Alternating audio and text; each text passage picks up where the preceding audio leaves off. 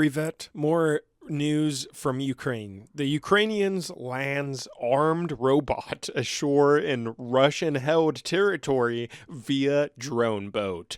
Described as a first of its kind, the mission could be a glimpse of what's to come for amphibious operations. This is from the Warzone website, so all credit to them. A robotic boat glides through the darkness, reaches an occupied shoreline, and releases an armed ground robot that rolls inland to fight without a single soldier setting foot on the beach.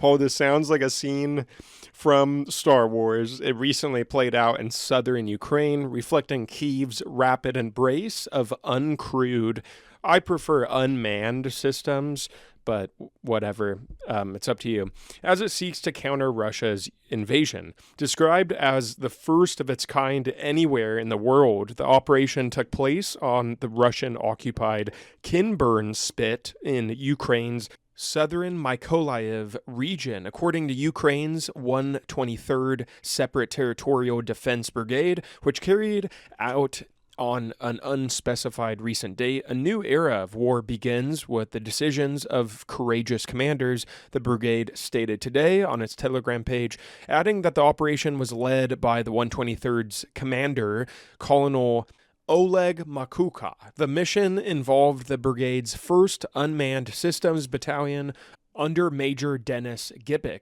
A video published by the brigade shows parts of the operation from an overhead aerial drone, as well as the uncrewed ground vehicle, or UGV, and from the vessel that transported it to the shore. The uncrewed surface vessel, or USV, powered by an outboard motor, beaches itself before lowering a bow ramp that allows the wheeled UGV to drive ashore. Armed with a machine gun, the UGV is then seen engaging a target beyond the beach.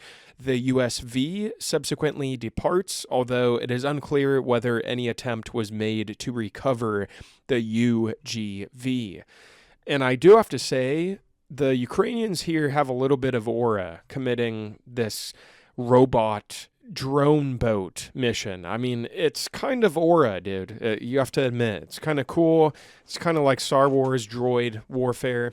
I guess a little bit less scary than flying drones, but it's up to you. I mean, do you think an uncrewed boat is scarier? Now, the UGV appears to be a member of the Rays family, produced by Roboneers and armed with a 7.62 machine gun. These platforms typically incorporate a ballistic computer for accurate fire and artificial intelligence that assists with autonomous target detection, tracking, and engagement.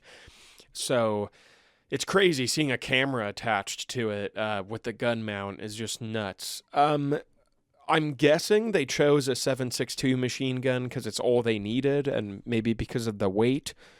But I am curious why they didn't choose like a heavy machine gun that's 50 cal. But anyways, so the Rays family of vehicles is already widely used for logistics, casualty evacuation, combat engineering, and combat support missions. Variants have also been configured for mine laying and demining operations. And Ukraine has stepped up its use of similar UGVs, which it claims have been crucial in certain engagements. Earlier this year, a droid TW-762, also fitted with a 7.62, is said to have destroyed 2 Russian drones before open firing on Russian infantry, killing one and injuring another. The droid remained in the flight despite artillery fire and pushed back another Russian infantry attack, which is just insane.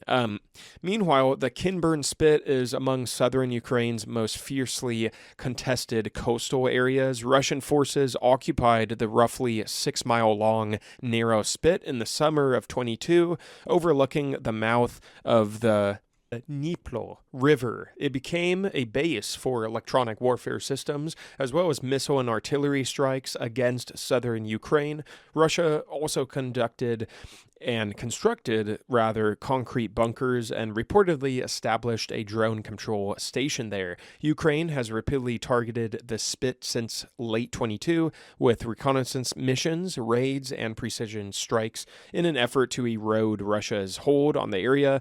Although Moscow retained control for much of the war the past 4 years, Ukrainian attacks steadily increased the cost of defending the position, and as of June, the Institute for the Study of War, a U.S. think tank, reported that Russian troops had withdrawn from the Spit under sustained Ukrainian pressure, while Ukrainian Marines later flew a national flag there using a drone.